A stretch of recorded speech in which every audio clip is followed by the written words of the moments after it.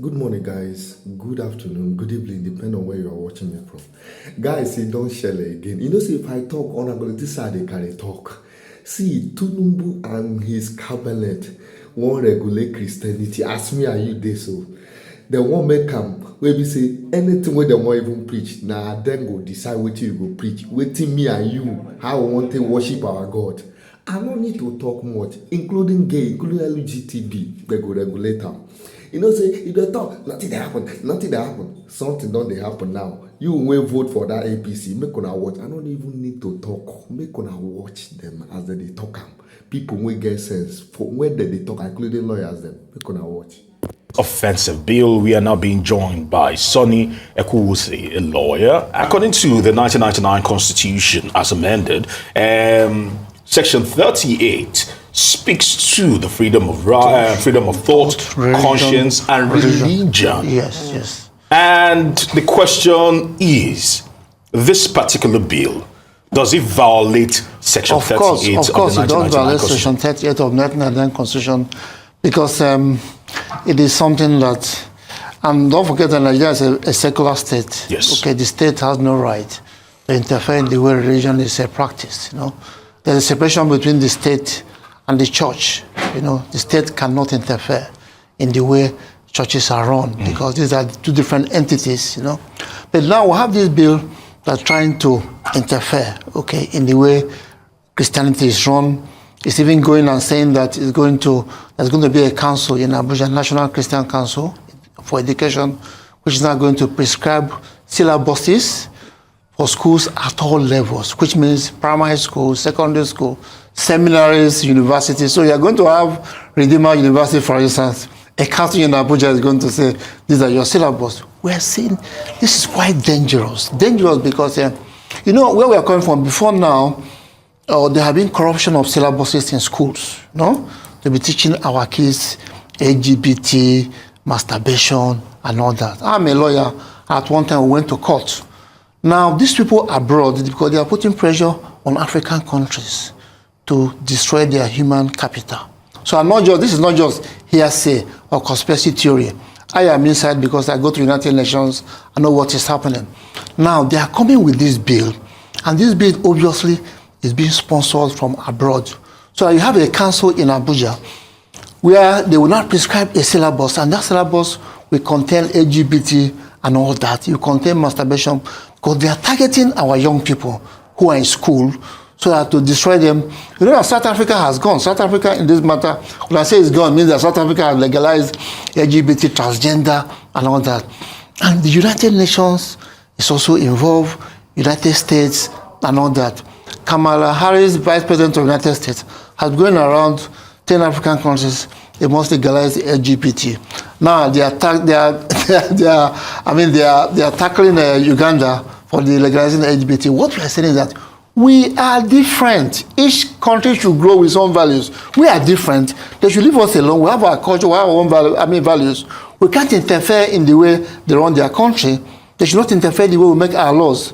You are talking about the 10th Assembly, and that they should be very careful. Yes, we think they should not only that they should not be rubber stamps National Assembly, but also they should be wary of the kind of laws that they pass to make good laws for the people of this country. People are suffering in this country. Okay, right now people can hardly eat and all that. So what we need is good governance. We don't need all these laws that have to do with LGBT and all that. What is all this for? People are hungry. People are tired. They need medical attention, So if these people are abroad, if they want our own good, they should build hospitals. They should take care of our roads, electricity and all that. Or they should, give scholarship for education. But they should not be putting pressure on us to legalize all these things. That's where I'm coming from because I know. I've been in this for so many years, so I know what is happening. When you were in school, probably you had very good textbooks like Things Fall Apart, Macbeth. Now they have all changed them. Now what they are changing them is sex-related things, They don't have cartoons for babies, children that are under 5 years. What is all this? Now this council is coming, and they are saying they are going to establish a council in Abuja that's going to recommend syllabuses.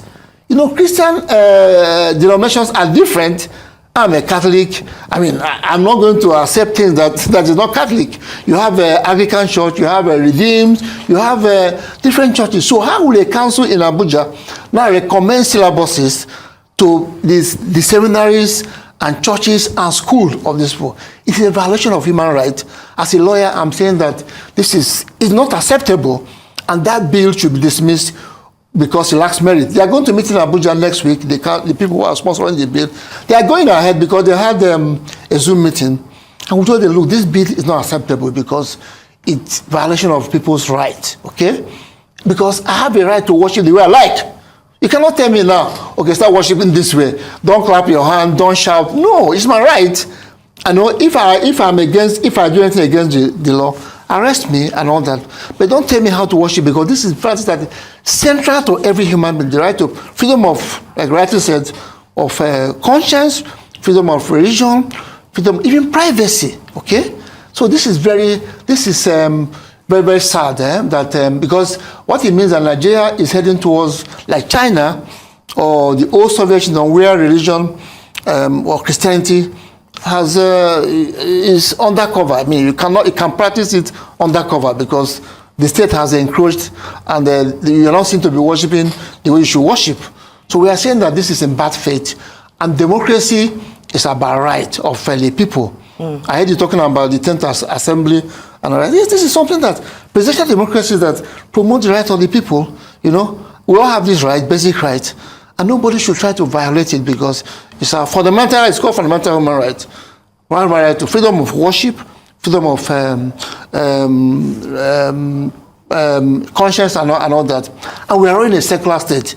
The state has no right to prescribe the way you and I should worship. All right, then. So I would like to come in, Mr. Sonny. You know, as a lawyer and a human rights activist, how would you characterize the potential impact of such a bill on the freedom of religion and the rights of Christian believers in Nigeria? And what specific provisions in the bill do you find particularly concerning or problematic from a legal and human rights perspective? Section 7 of the bill describes the functions of this council, and what it says that one of them is to regulate, to collect, to certify of religious instructors, which means pastors, priests, Catholic priests will be certified.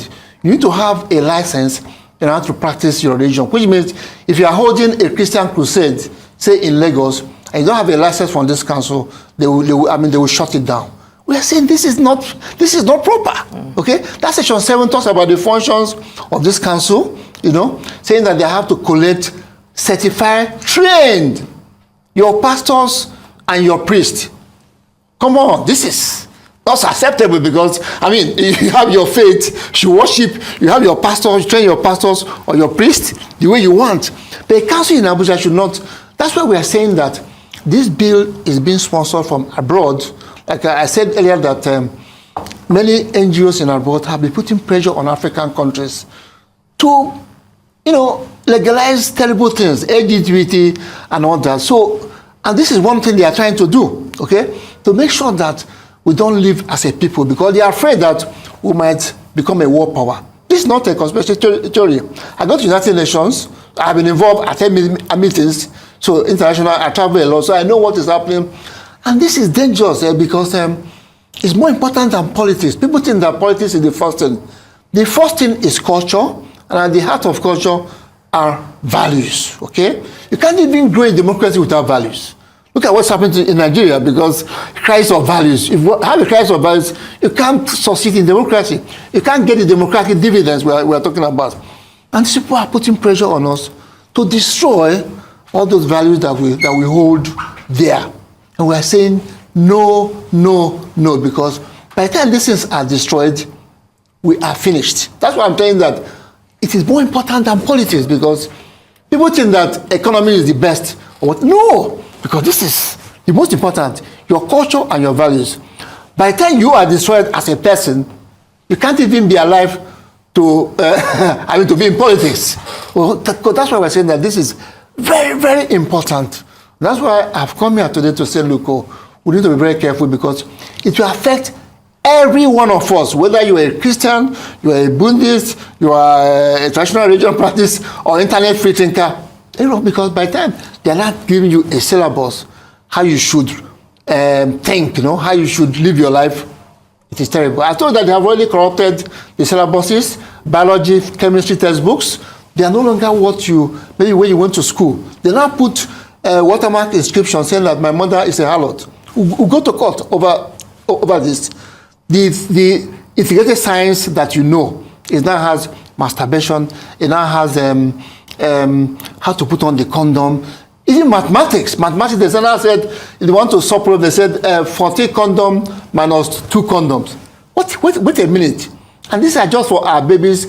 Boys and girls in JS 1 and 2 are meant to learn this.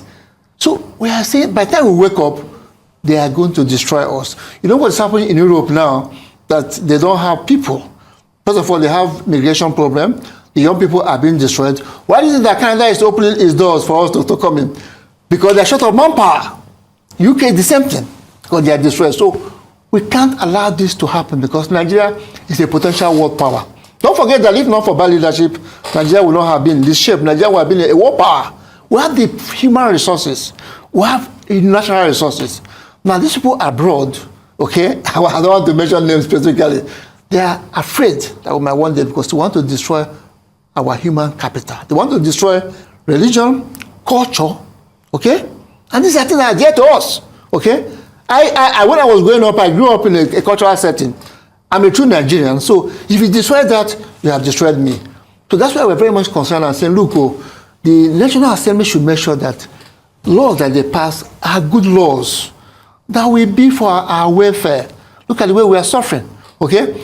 If they are interested, they should make a law that will protect our lives. You know how many people who are being killed? How many Christians who are being killed? You know this girl who was killed, this is Deborah, was killed in Sokoto till date. No justice for Deborah. So if they want to make a law, they should make a law that protects our lives and property. That is key. That's key now because you can't, I can't go to my village without, I'm afraid. So first thing is security, okay? Instead of making this law that has to do with the way I worship, the mode of my worship, whether I'm going to, that is not proper. It's going to affect all Christian denominations, Redeems, Catholic, Anglican, everybody. So they are not giving their universities syllabuses and their seminaries. Imagine Catholic seminary, like a bigger seminary. We now have a syllabus from a council in Abuja given to them to. Wait a minute, this is terrible. All right, so okay. Permit me to come in here. Yes. And my question will be, why Christianity? Yes. Understanding that there are 3 main recognized religions in Nigeria. Christianity, Islam, and of course, putting in indigenous religion. Yes. So the question is, why Christianity? Why Christianity? This is something, yes, I also asked myself, why Christianity? Because don't forget, this is not the first attack on Christianity. We have had licensing of marriages, Christian marriages. I was also involved in that argument. We also have putting provisions in Corporate Affairs Commission, CAC, provisions to gag Christian NGOs. Somebody has gone to court, the lawyer has gone to court, and those sections have been knocked off. So there have been an attack on Christianity. And this is, we have to be very careful because it's equity and fairness, that why not apply, everybody should be on the same playing field, a level playing field. You don't take one religion, we have Islam, we have traditional African religion, we have Buddhists and all that. Why tackle Christianity? Not only tackling the way Christianity is being operated now, they're also killing Christians in this country, the case of, Deborah and all that. And many Catholic priests have been killed. So what you are saying is that, look, don't take exception. Democracy has made a level playing ground for all of us. It's equity, okay? What is good for the Ganda? How did they put it again? What is good for the Ganda? So level playing field for every one of us, and don't discriminate against anybody because discrimination is also unconstitutional. Section 42 of the Constitution. So let live. Life is let and let live. That's my concern here as a lawyer. Life is let and let live, and what applies to A should apply to B. That is secular state. That is democracy.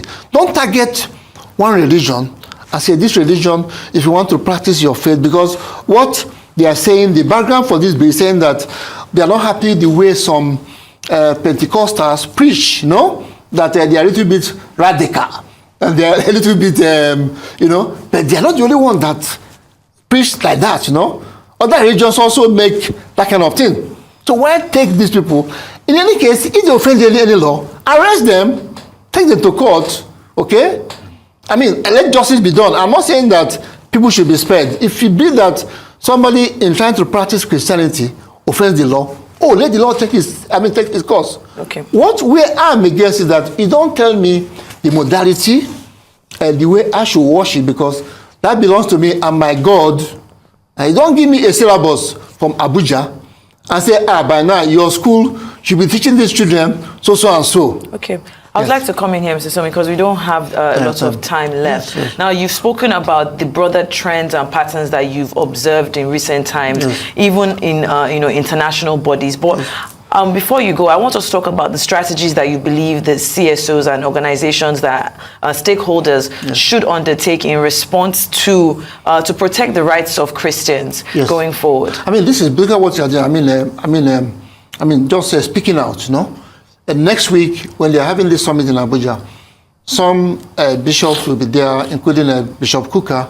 They're all going to be in Abuja to try to ask questions, what is happening here. So advocacy is one, because nobody should take to violence. No, it's just advocacy to make our views felt that we are making now, and also to let the Christian pastors or whatever to come out and say, look, this is not acceptable, okay?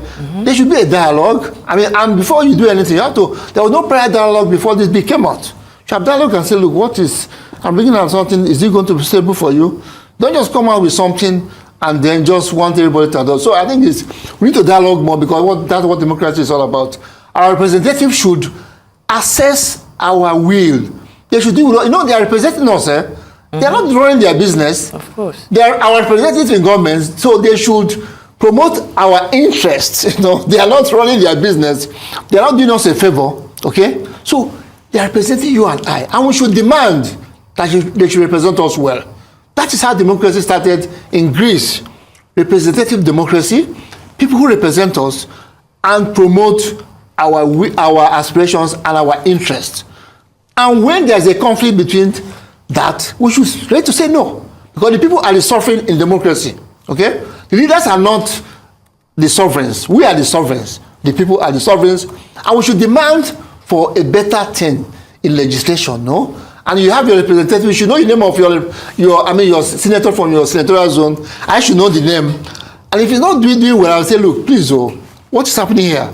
So it's about representation, good representation. That's what democracy is all about. So advocacy, okay? Telling them, look, the proper thing as we are doing now, so that the laws that they make should be good laws, okay? I will also make that in the incorporation of bills, there are bills that are incorporated into our body law. They should also incorporate good laws. You don't incorporate laws that have to do with LGBT and all that. These are foreign things. Somebody cannot stay in New York or Washington, D.C. and tell me how to make laws. We are different. It's a different country. I cannot, or our president cannot tell U.S. how they should pass their laws.